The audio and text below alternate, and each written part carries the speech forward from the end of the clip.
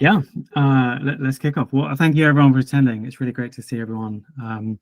I think I probably know about half the people and maybe half I don't, but as a quick intro, I'm Joseph. I've worked in growth marketing for 17 years.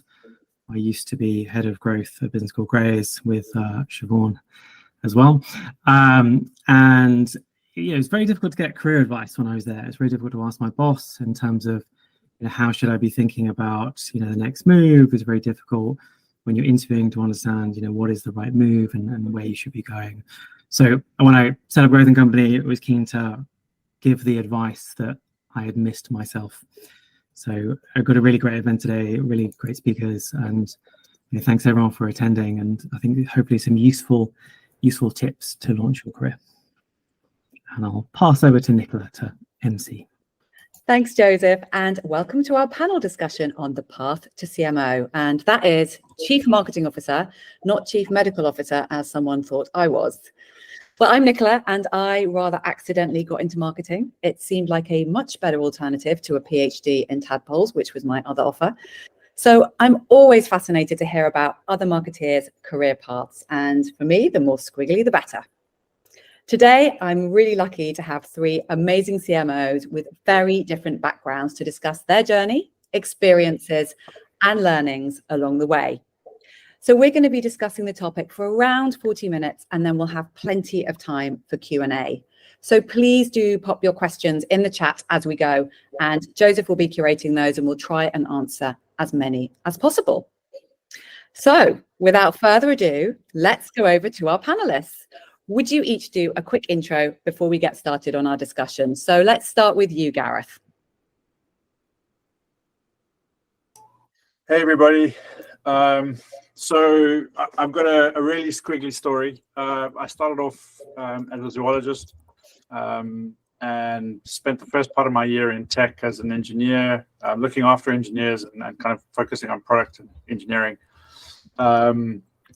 And so like I have a tech background at heart, and during that time I started a business in the late thousands, raised angel money, raised seed money, built the business, sold it, and then went to work for the acquirers. So I've kind of been through that, found a treadmill of raising money and hiring people, and building a product and all that kind of stuff, but from a technical point of view. After that earn-out, I started going into B2C and spent 5 or 6 years doing e-commerce in another business. That didn't work out the way we wanted it to. I had a masterclass in margin, which we'll talk a little bit about later. And in that process, I had to let go of the marketing team and then pick it up myself. And literally on one day, I didn't know what I was doing. And then the next day, I had to start figuring it out.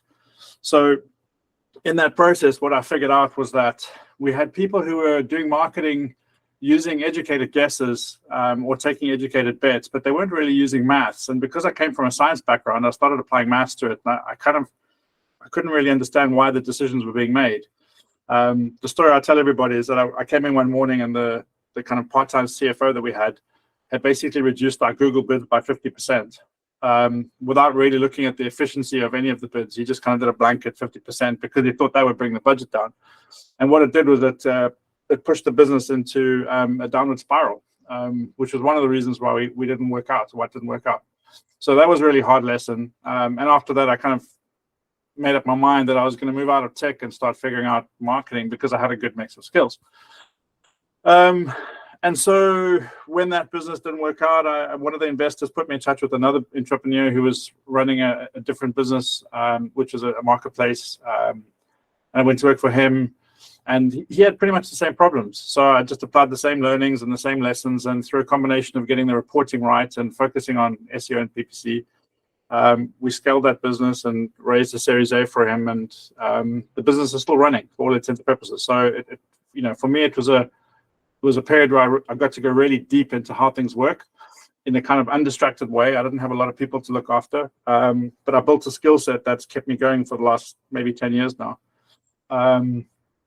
After that, I joined another startup, ended up in a fintech business, which was a Series B. Lots of lessons there. Then ended up at Trainline, which was a fantastic experience. But I also learned a lot about what I don't want and the kind of people I don't want to work with, the kind of work I don't want to do. And it was kind of more of the don'ts rather than the do's, if that makes sense. But in that time, I had a heavy lesson in unit economics, scaling, attention to detail, and then a lot of the lessons which we're going to talk about later, which I won't go into detail now. Thanks, Gareth. So from an engineer to an entrepreneur to a marketer. Wonderful. Yeah. So Gaston, let's hear your potted history of your route to CMO. Yes, so thanks everyone for joining. Like, really happy to see also some faces I know, including Nitya, who's on my team at Curio. So great to see everyone here. I am the CMO at Curio. So Curio, for those who don't know it, is the app to listen to the best journalism. We narrate news from The Economist, The Guardian, The Washington Post. So we do top news all in audio. I joined Curio after some years working for startups, but before startups, I actually started my marketing career at Google. So I worked at Google for a few years in different marketing roles, starting my career in big tech, corporate. Very different to startups, but also sometimes quite similar. There are common issues, I think, between some of the challenges they face at Google and like what you face as well in startups. My last role was Google for Startups. It's a division of Google that basically helps entrepreneurs to get to the next point, particularly, I think, Series A, Series B, to start getting a bit bigger, Series C, Series D. From that role, I decided to jump into startups. I was CMO of the Do Group, which is now Bumble Group, a group of dating apps. I'm sure you all have some friends who use dating apps. So probably maybe one of them use Bumble or Badoo. I was also CMO in an e-commerce company that is called Emma. They do mattresses. Sometimes I get people asking me about customer complaints. I don't handle those customer complaints anymore, but it's a great mattress anyways. And I joined Curio a year and a half ago. So I'm CMO, I lead marketing, and it's a very exciting part. So I also invite everyone to try out Curio. So Gaston, you went from a Google career where you thought you were going to go into more corporate to dating apps and a jump to a CMO role. And I hate to ask this question because I know it's going to make me feel so old, but how old were you when you took your first CMO role? I was 27 and I was completely unprepared for it. So, by the way, everyone, I took at least another 10 years to get there. So, yeah. And makes me feel very old, Gaston. But yes, wow, that's an amazing story. Thank you very much for sharing. Rachel, what's your potted history of the route to CMO? Cool. So really nice to be on the call. So yeah, I'm just going to try and get through 27 years in a couple of minutes. But my first role was in a market research agency. And I did that because I really loved the research side of my dissertation, but the pace was really, really slow. So I moved to a marketing agency and I stayed agency side for a couple of years. During that time, I moved to Sydney, and it was there when I was working for a B2B marketing agency that one of the clients, Getty Images, offered me a role as their marketing manager for Asia Pacific. So I ended up working for Getty Images for 14 years. I was the marketing director for Asia Pacific. Then I moved into a global role, which is the director of our corporate customer segment. And then my final role at Getty was running all our global customer lifecycle programs. After 14 years, I took a career break. I got my English as a second language qualification. I went traveling. I lived in Sri Lanka for a year, and I volunteered as an English teacher in an NGO in a little jungle village near the beach, which was amazing. And then I came back to London in 2016. And then I worked in a variety of different companies, like generally always head of marketing, but like B2B, B2C, super early stage, turnaround, a failed unicorn, lots of different experiences. And then I got my first CMO role at the D2C laundry and dry cleaning business, Laundrap. And I always say in life and work, there's winning and there's learning. And this was definitely a learning experience. I was there for 6 months before moving to my next CMO role, which was at an HR tech Series A company in the psychometric assessments space called Arctic Shores. I was there for 2.5 years. And then last year, I set myself up as a fractional CMO, which is what I'm doing now. So yeah, I have 2 clients, a clean tech company and a creative publisher. Thank you, Rachel. And wow, that's a proper global career, like US, APAC, Sri Lanka, and then UK. I'm going to stick with you if that's okay, because I would love to know, over your 27 years of marketing, who or what has had the biggest impact on your marketing career? So this was really hard, actually, just to sort of narrow down to one thing or one situation. But I'm going to talk about a conversation I had with one of my old CEOs, and it was just when I'd started at Arctic Shores. And she said to me, how are you managing your energy? And I was like, what? I said, I'm fine. I go to the gym, but I'm really resilient. I've got loads of energy and I work really hard. And she was just like, just make sure you're managing your own energy. And of course, of course I will. Teflon. Of course I didn't. And unfortunately, what happened 18 months later, I was signed off for burnout by the doctor for 5 weeks. And the learning from that and that conversation really made me reflect on the fact, as a CMO, you have to be responsible for managing your own energy and managing your own health and well-being, because a burnout CMO is no good for your board, no good for your founder, no good for your team, and more importantly, no good for yourself or your family or your friends. So that conversation was really pivotal piece of learning, and I think something that maybe we don't sort of think about as the role of a CMO is managing my energy as well. Oh, thank you for sharing, Rachel. That's so important. And I think in the world of tech, we just keep going. And actually, you have to really think about what's the overall impact that this is having on me, my workload, and all the people that affects around me. So thank you for sharing that. Great advice. And as Joseph says, very often ignored. I know I've been guilty of that in the past. Gaston, what about you? Who or what's had the biggest impact on your marketing career to date?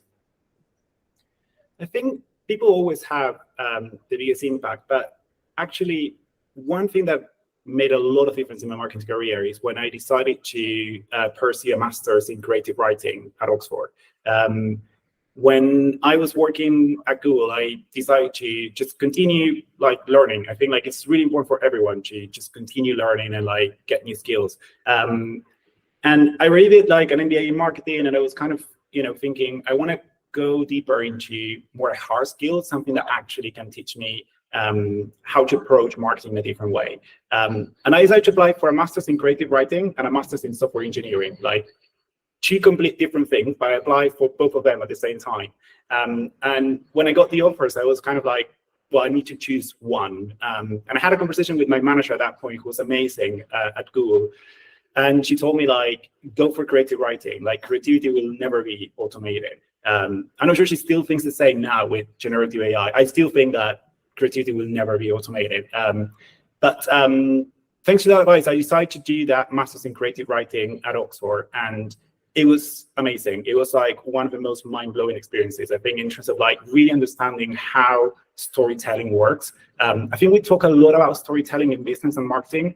The majority of it is absolute nonsense. It's not really storytelling. And I think learning how to make a story from writers, from people who actually were screenwriters. Some of my professors were the screenwriter from Life on Mars, or had people who were working on movies in Hollywood, really shaped my thinking about how to approach creativity. So whenever I'm analyzing, for example, a creative, or whenever we have to think about a storyline with my team, I'm always bringing some of the learnings from that master. So I recommend everyone continue learning, and don't think that you necessarily need to learn marketing. There are other skills that are complementary and can really help with your marketing career.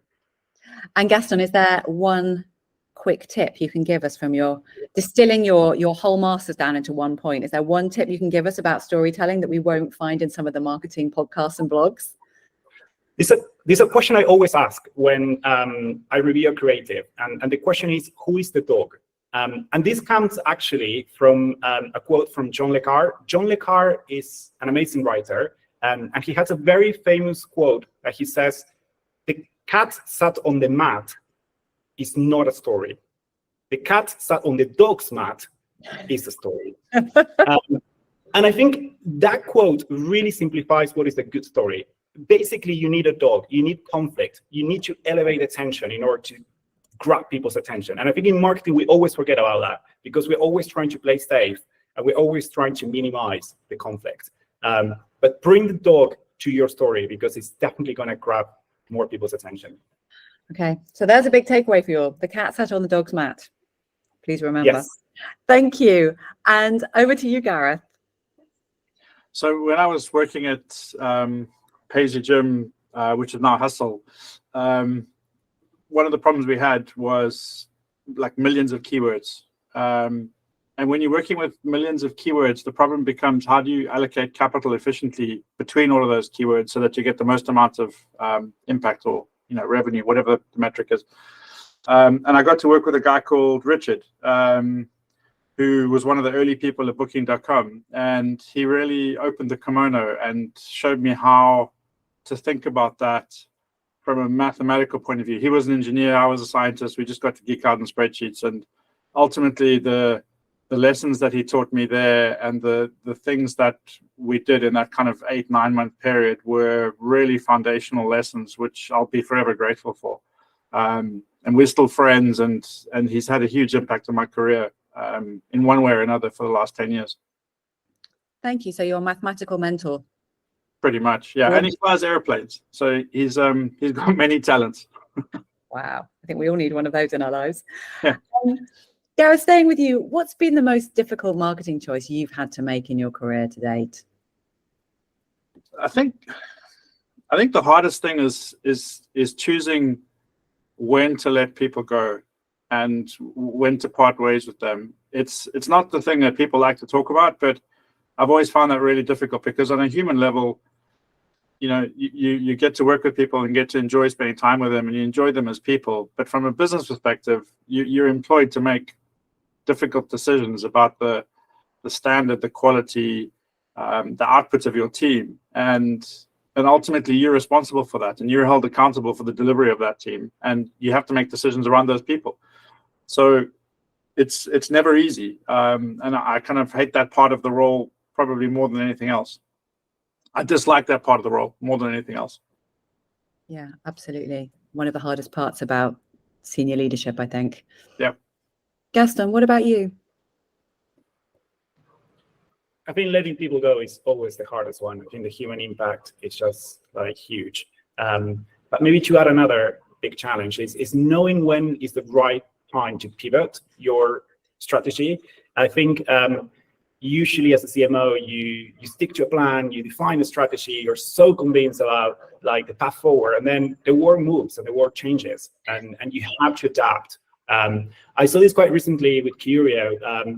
We were doing amazing shows. Like we've had such a great strategy that was like really about bringing iconic voices to narrate incredible journalism. So we had, for example, Olivia Colman narrating one of the favorite articles that she had about the NHS from The Guardian, and it was such a beautiful show. Like we had multiple voices. We also had like Naomi Harris. We had like James McAvoy. So I was so in love with that project. I think like everyone in my team was also really love with that project. But then suddenly we saw like AI is really taking over, and we had to pivot. We had to like really think, okay, how can we adapt our strategy to make sure that we are relevant in a very different world that changed so quickly and is changing so rapidly. And I think overnight we have to shift all our marketing plans and like really start focusing more on Rio, which is our new app. We're launching very soon. So just everyone also like to sign up for Rio. It's rionews.ai. It's going to be an AI for news. But the decision to pivot and completely change your plans, it's always hard, and you never know when is the right time, or if you're actually just like chasing a fad, or actually it adds value to your business. So knowing when is the right time to pivot, always hard, always difficult. Thank you. So that ability to be agile, but also to make the jump, even if you don't have all the data you need, it's like, this just feels like the right thing to do right now. Great point. Rachel, what about you? I'm going to answer the question from a slightly different angle and talk about a career choice that I had to make that for me was a very difficult choice. And that was when I was the marketing director in Sydney for Getty. I was offered the role of marketing director for North America, which meant a move to New York. And I'd never been to New York before. And so I went over for a visit and met the team. But I just really didn't know whether this was the right role for me. And I fell in love with the city immediately. But I remember standing at the top of the Rockefeller Center, looking at the New York below me, and I really wrestling with this choice. Like, was I about to turn down, like, you know, maybe one of the best jobs I could ever have? It was a move from like 15 million revenue responsibility to hundreds of millions, bigger team in the New York office. But something just didn't sit right with me. And I was like, is this just because I'm scared? What is going on with this situation? So I kind of did a bit of a payoff in myself. I said, okay, this is not the right time or the right role for me. I'm not going to take it, but I will promise myself that I'm going to come and work in New York at some stage in my career, which I subsequently did 2 years later with a different role for Getty. So yeah, that was my difficult personal professional choice decision. Oh, I'm so glad you did get to work there, but in the right environment. And I think trusting your gut and your intuition is so important. And we often overall that, like, oh, career, maybe I should do this, and ignore all the flags that are just saying this isn't quite right for me now. So Rachel, staying with you, perhaps riffing off that, what's been your biggest learning and what would you do differently if you had your time again? Yeah, this is a great question. I think when you're interviewing for roles, and especially sort of in the early days of your CMO career, how do you cut through the glitter and the veneer of, you know, if say the founder is talking to you about the role, they're always going to sell the sizzle, right? And I wish that I had learned how to ask tougher questions.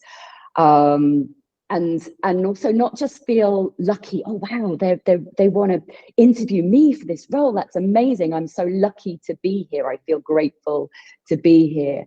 So learning to ask really difficult questions, ask to meet other execs, ask to speak to someone on the board. You know, do your research, look at sort of why people have left, reach out to past execs as well.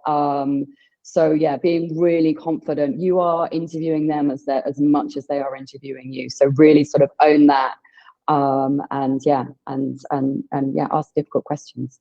That is such great advice. And I think often, as you say, we're so excited that they want us that we think we can't, and then also we feel awkward. Like, what are they going to think if I ask this question? What if that means that they take the role away? Whereas actually doing your due dil is so important. You've got to make sure that it's the right role for you as much as you are for them. Gaston. I think building your support network with other CMOs, or even if you're like not yet like in a CMO role, like if you're in a head or VP role, like feel free to like reach out to CMOs and be like, hey, would you mind just like having a coffee, and like I would love to learn more about you. I think sometimes we really hold back on asking because we're, oh my God, like, no, it's just gonna like take time from the other person. I don't have anything interesting to say. They're gonna think that, I'm asking for a job. Like all those self-doubts actually like just remove them, like, really go for it because people are willing to help. And I think the best way to learn really what entails like being a CMO, it's just like speaking to other CMOs. Like when I became a CMO, I was completely unprepared for it. I was not expecting it as well. I was working at Google. I was expecting to go like the career ladder like of Google, like hopefully become at some point like VP of marketing within a function at Google, which is like a huge like team. And suddenly like this opportunity came up, and they were like, we're looking for a CMO. We think you could be a good candidate for it. And I was like, I don't feel really prepared for it, but I was like, let's go for it. Let's give it a go. And I made a lot of mistakes. I learned a lot from that experience, but the thing that really helped me the most was just like pairing with other CMOs and asking them questions. Like I reached out to the CMO of delivery at that point, and I asked him, can we have just coffee every Friday, and we just like bounce ideas. And actually, I figured out that like a lot of the questions I had, he also had them, although he had been a CMO for 10 years. And he was like, look, this is something that we all face. These are some strategies that, help me along the way. But I think like build your support network, because you're going to figure out that you're not alone, but then also you're going to figure out that nobody really figured it out. And that's already helpful for your own mental health. It's like, actually, everyone is a bit lost, and we are all learning along the way. That was such a revelation to me, I think, when I booked my first senior role and I built out my network. And just as you said, it rescued me in so many occasions. But just hearing other people go, oh, I don't know, I'm just making it up. And I was like, really? I had you on an absolute pedestal, and you see that we're all just muddling through it in the best way we can. Gareth, what about you? What's your biggest learning? I think before I got into these kinds of roles, my mindset was always, the team of people that worked for me, and that was the team. When you get into a C-level role, and specifically CMO role, I think that the change is that you need to understand that your team is actually the other execs in the business. It's not the people that work for you, it's the people that work around you. And I think within that, learning how to communicate effectively with those people is probably the most important thing that I would say, like bar none. And it's really important in marketing, because most of the people that you would work with, most of the time, and almost certainly don't understand what you do. So you have to be able to communicate in a way that simplifies things, that makes it easy for them to understand, which also conveys your experience and your knowledge and builds trust. And I think if you get the combination of building trust, communicating simply, and communicating effectively, everything gets a lot easier. And going back to the point about bumbling along, in my earlier days, I didn't get it right, and I didn't know what I was doing, and I was making it up as I go along. And if I look back at those times, I made a lot of mistakes. And over the years, I kind of gradually refined it. And what I find now is just proactive, simple communication is probably the best thing you can do to build your relationships in the business. Yeah. I think, Gareth, what you're saying is so important. It's kind of like how we do product marketing. We translate what our product does into the language of the customer. We have to translate what marketing does into the language of your CTO or your CFO. And I think that's how many acronyms and like marketing speak we use day to day, because we're surrounded by those groups. Yeah. So yeah, I think that's a great lesson. I mean, just a very quick example. Like yesterday, I had an 1.5 hour long chat with our CFO. I didn't speak one word of marketing. It was all margin, revenue, EBITDA, finance numbers, because that's what he understands, right? But at the end of that call, he was like, cool, you got this. You understand what we're trying to do. And I was like, yeah. And that's a typical day.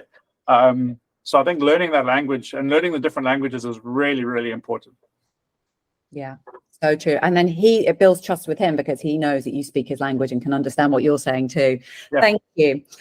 So Gaston, what do you wish you'd upskilled in before taking your first CMO role at the disgracefully young age of 27? I think influence. Going back to Gareth's point, I think influencing is 90% of my role. Influencing the rest of the senior leadership team, influencing also my team in terms of like getting them excited about the company vision and the strategy. And I feel like as marketeers, we have no excuses. Like our job is to influence customers to believe that our products are great. So whenever I hear marketeers saying like, oh my God, I'm so tired of like finance not understanding what we do, I'm like, it's your job, because as a marketeer, you are trained to influence people. So you really need to step up to that and like think about how you can influence others. And I think going back to like one of like the points that Gareth mentioned, I think the best way to influence another person or another team is learning their language, is understanding how they communicate, and do not expect that your language and where you're coming from, it's going to make any sense for the other team or the other party. If you talk about like brand metrics, engagement rate, all of those like metrics that we usually talk a lot about like in marketing, to a CFO, they're just gonna like run away and be like, what the hell am I doing? Why am I investing this money on marketing? So make sure you understand where they're coming from and communicate in their language. That's the best way to influence other teams. Because they are still your customer. They're just your internal customer. And I think we forget that sometimes. Thank you. Rachel, what about you? Yeah, interestingly enough, this builds on Gareth and Gaston's point. So for me, it would have been a real deep understanding of SaaS metrics, unit economics, and and board dynamics, so you can communicate and influence at that level. I think for me, that was a real steep learning curve in my first CMO role. And Rachel, when you talk about board dynamics, can you just elaborate a little bit on what that means? Because I think for a lot of people, it's like, what is it like in these sort of opaque board meetings? Oh my God. Yeah, I've been out. Yeah, I mean, I think it's you've got to understand you've got a lot of different people with different goals and agendas around the single table. And I always just used to be brought in to present, the marketing piece. So sometimes you're walking into a board meeting, you don't really know what's gone on before, and you can walk in and there might be some tension or something. So you just have to go in knowing this is what I need to communicate, but be aware that there might have been some very difficult conversations happening before that you've walked in. But I think going in with a really clear story, talking to the point, what Gaston was saying before, and knowing your metrics, I think gives you, the best possible chance of communicating well and communicating clearly. Thank you. One piece of advice a board member gave is like, make sure that you've coordinated with the rest of the leadership team, because I've been to so many board meetings where the marketing metrics are completely different to finance metrics, which are completely different to the sales metrics, which just looks embarrassing. So. Yeah, we're often presented with my commercial, so with my revenue leader as well. So we do a lot of work beforehand on, literally like, I'll say this, then I'll pass over to you, and then you take the story up from there. So it really is that level of detail in terms of how you're communicating to get the story across clearly. Yeah, because it's storytelling. As you do with your customer, again, another customer, your board. Thank you. And Gareth, what about you? What's that one skill you would have loved to have learned more of? Presentation, being able to present. I think, coming back to the early start of my career, I started off as an engineer, and so the only presenting I was doing was like I don't know, Scrum or Kanban boards on stand-ups, right? Like that was the beginning of it. I think being able to communicate complex concepts in a simple way, which is easy to understand on one slide, is probably the most vital thing that I've learned how to do. And it unlocks so many different opportunities. And if I had have learned how to do that sooner, I think I could have gotten further quicker in all of the businesses that I've been in. Because effectively it comes back to the point of you're trying to sell something to somebody else, and they need to understand it in order to believe in you. And that comes down to how you present it. And the quicker you can do that, and the more confidence you can build in doing that, the easier those things get unlocked. So I would have gone back in time and done a Steve Jobs presentation course, if I could have.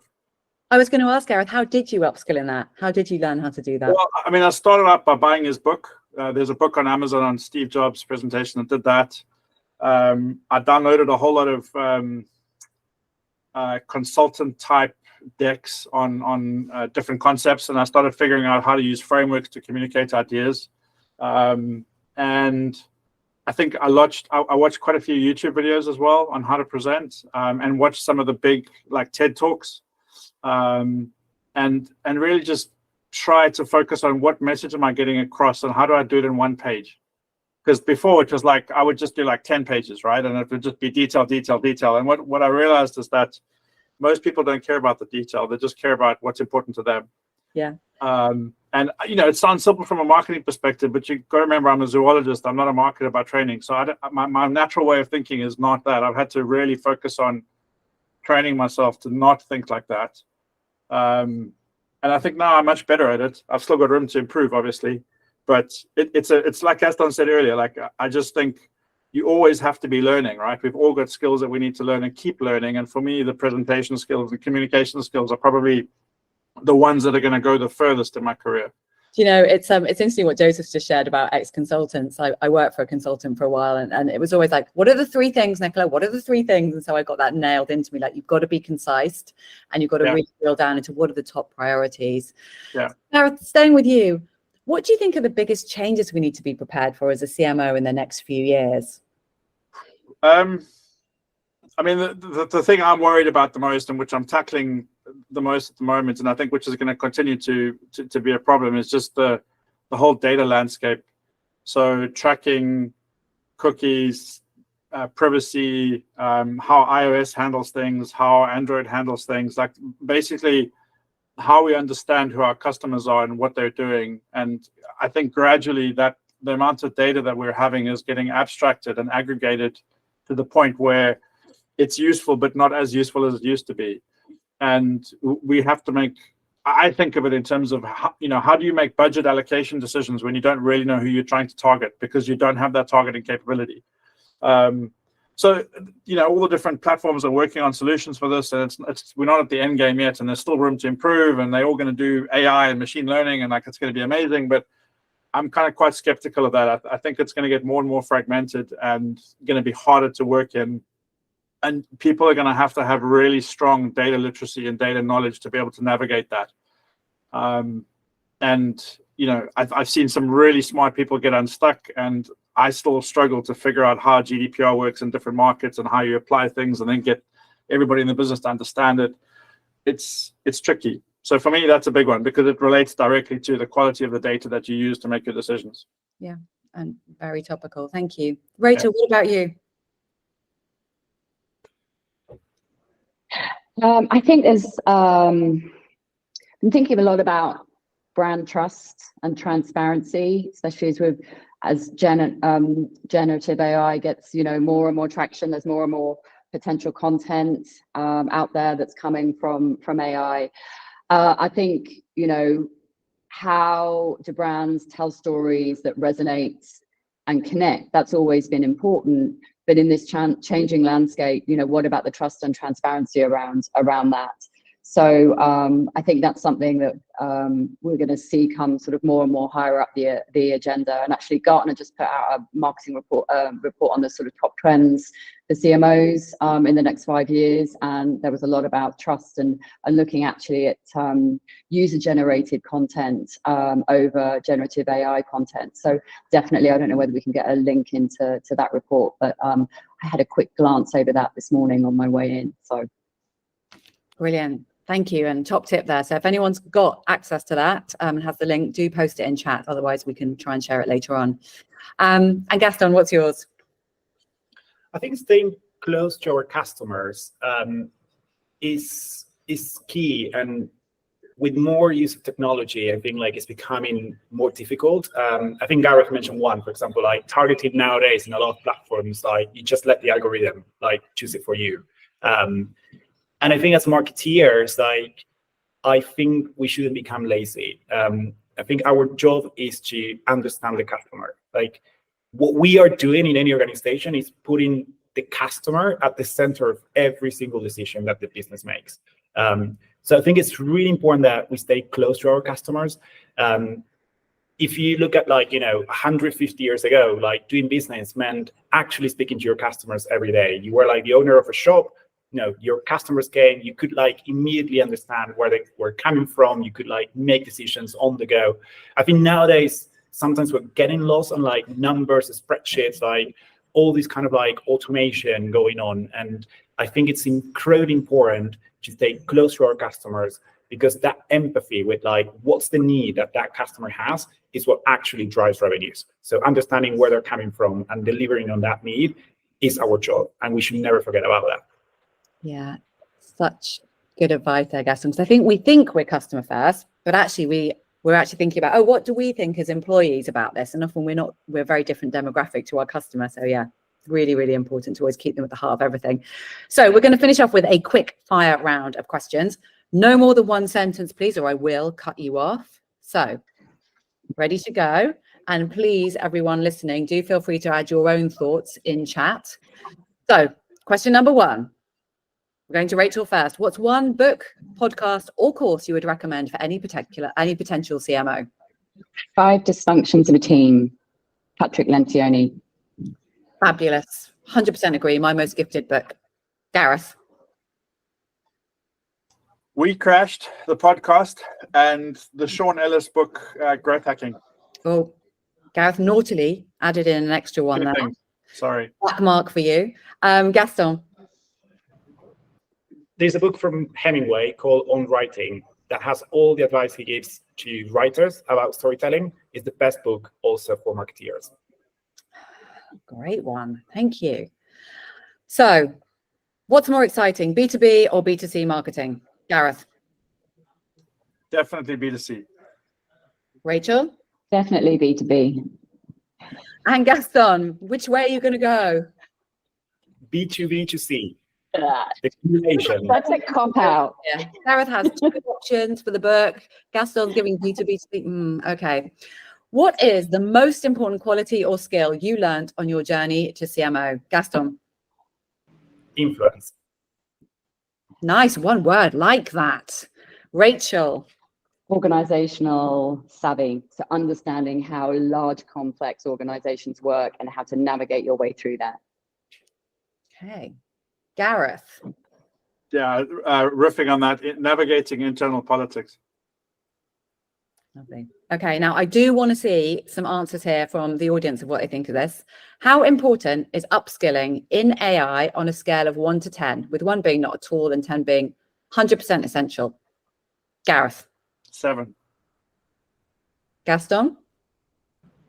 10. Okay. Rachel. 6. Okay. Right. I'm interested to see what the audience think here. So we're averaging out sort of a 7.5. Okay.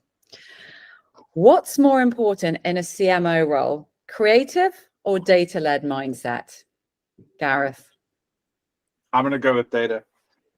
Okay. Gaston. I think it's like asking me to choose who is my favorite dog, and I like both. So I will say combining both, bringing them together is the role of a marketeer. You are so on the fence with some of these questions. And a dog keeps featuring. The cat's on the dog's mat. I think you need to pick here. Rachel. Depends on the business, depends on the problem to be solved. Okay. Current role, what would you say is more important? One of them creative, the other one data. Gareth, well done for making a choice there.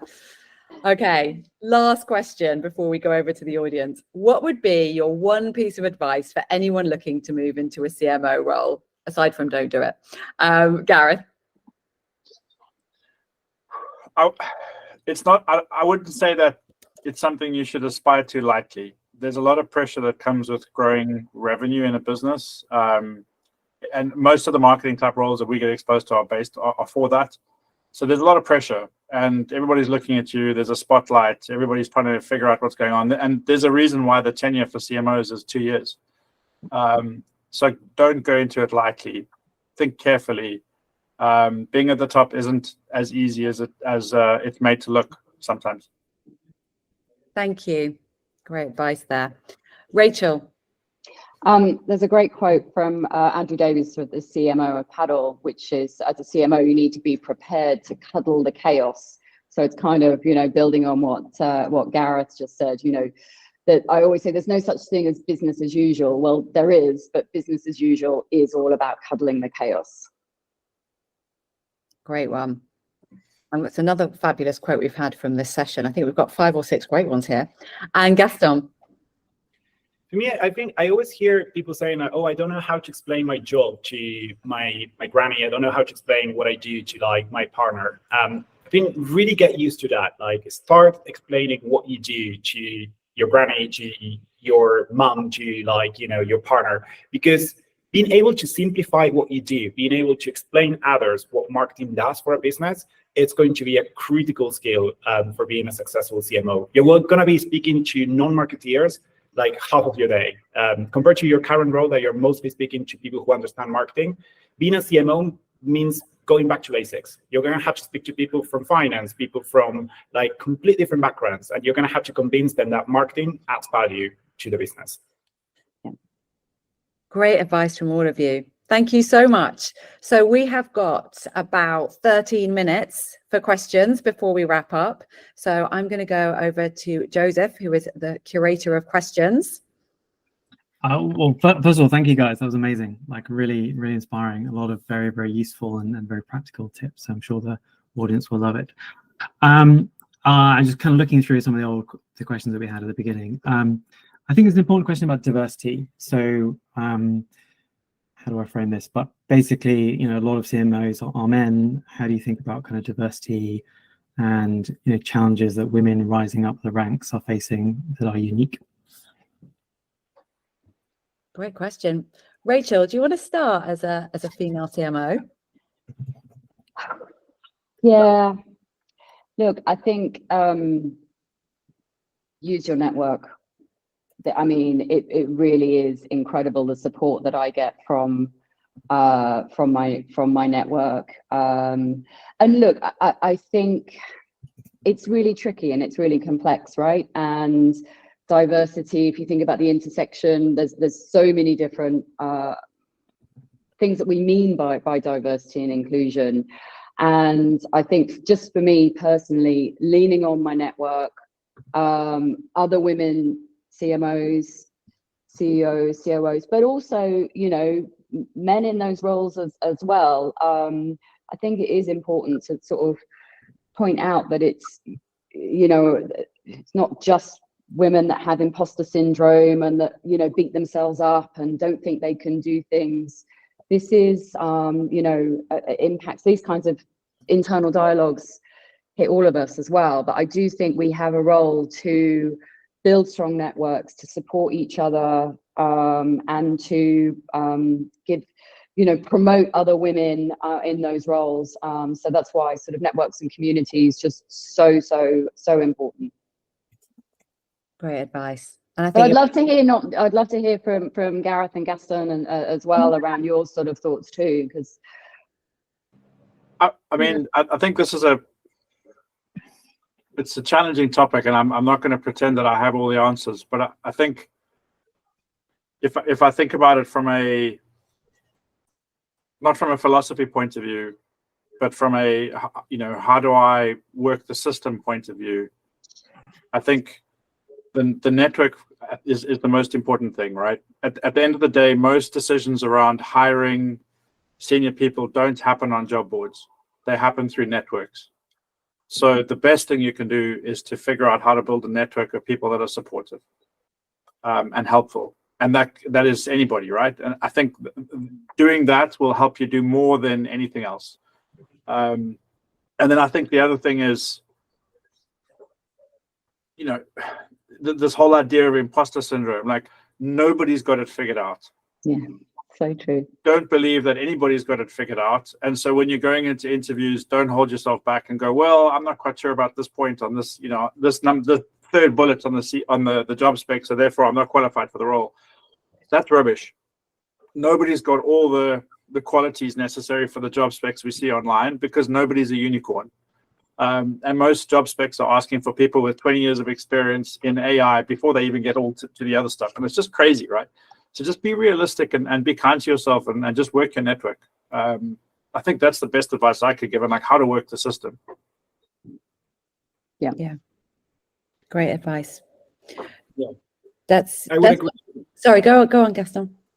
I would agree with that. And I think going back maybe to the question as well, I think also our role as leaders is calling out when like there is any kind of bias, particularly with promotions or how certain people are, for example, here or not here in the room. I think unfortunately there's still a lot of like male chauvinism in startups, and I think we cannot ignore it. So I think it's also our role as leaders to call it out, and especially I think men to call it out.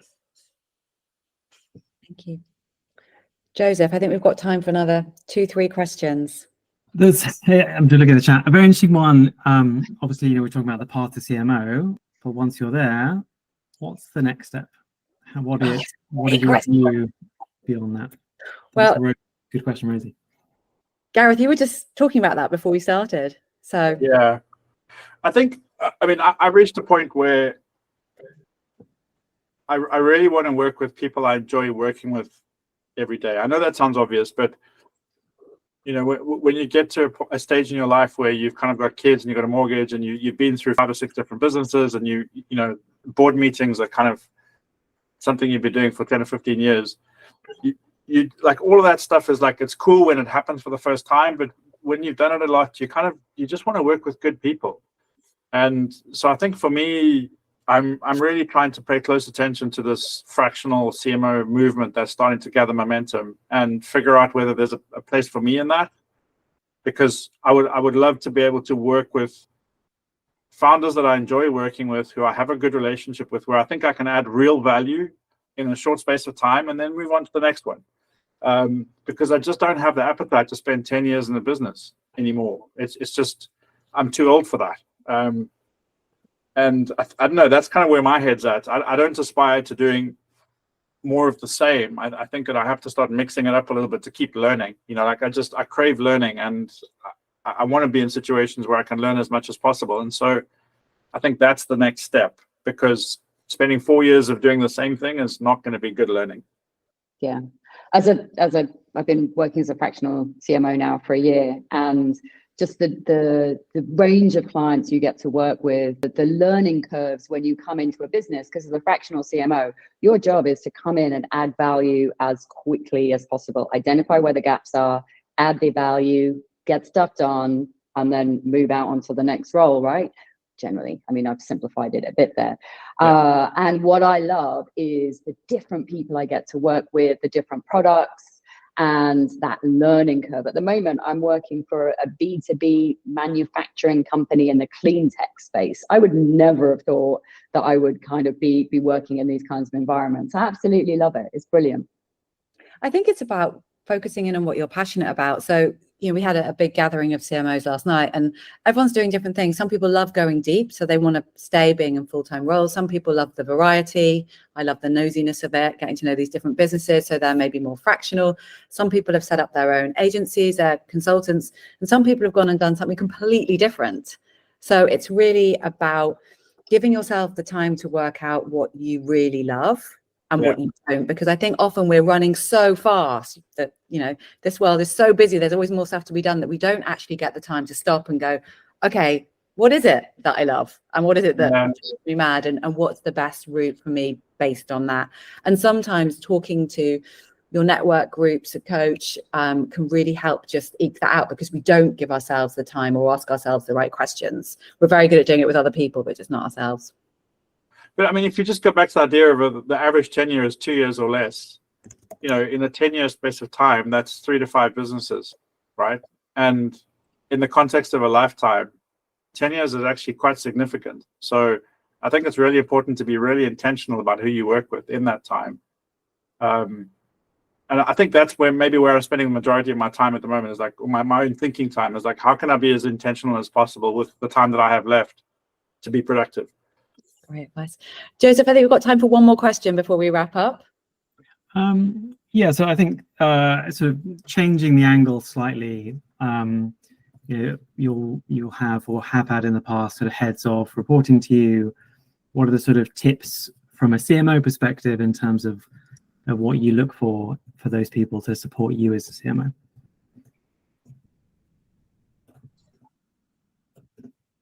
That's a really good question.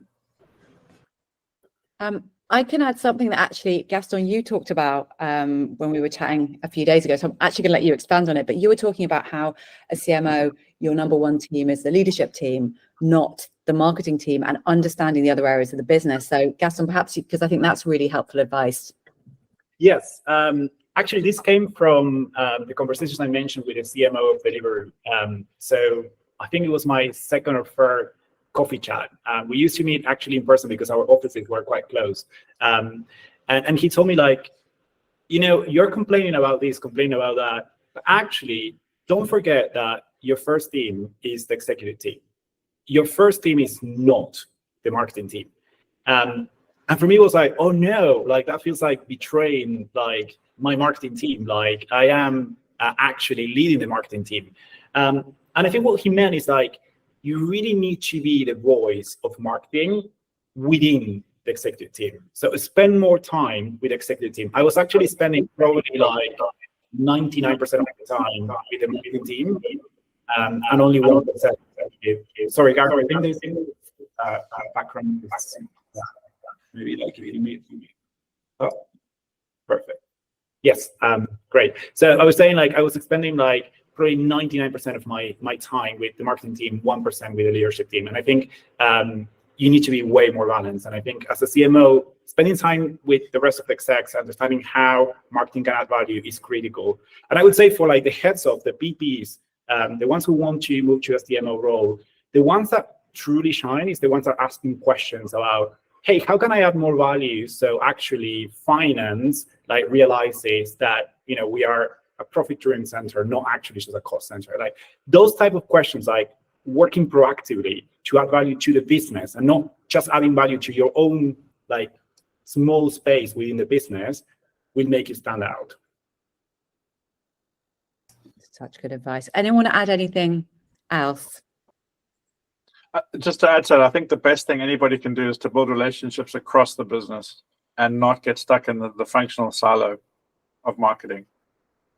Just because that's going to help you wherever you go and however you work in the business. And I think in many of the teams that I've seen, a lot of people underestimate that and don't want to invest the time in that. But actually, it's probably the one thing that's paid off the most for me over the last 5 or 6 years. Yeah, totally agree. I mean, I think that comes back to what we were talking about, influence and organizational savvy is like, building up that strength across different functions. Yeah. Brilliant. So I think we are going to have to wrap up there. First of all, thank you so much, Joseph and Growth & Company, for organising all of this. And then massive thank you to Rachel, Gareth and Gaston. You have been fabulous and such great insights there for everyone to take away, and some amazing quotes as well, which I am stealing. And thank you for everyone that joined us and for the great questions and conversation in chat. Really appreciate you taking the time in your lunch break on a beautiful day. And we do have the recording, so if there's anything you missed or you want to reflect back on, we'll be sharing that shortly as well. So big thank you. Thanks, Thank you, everyone. Thanks. Bye-bye. Bye.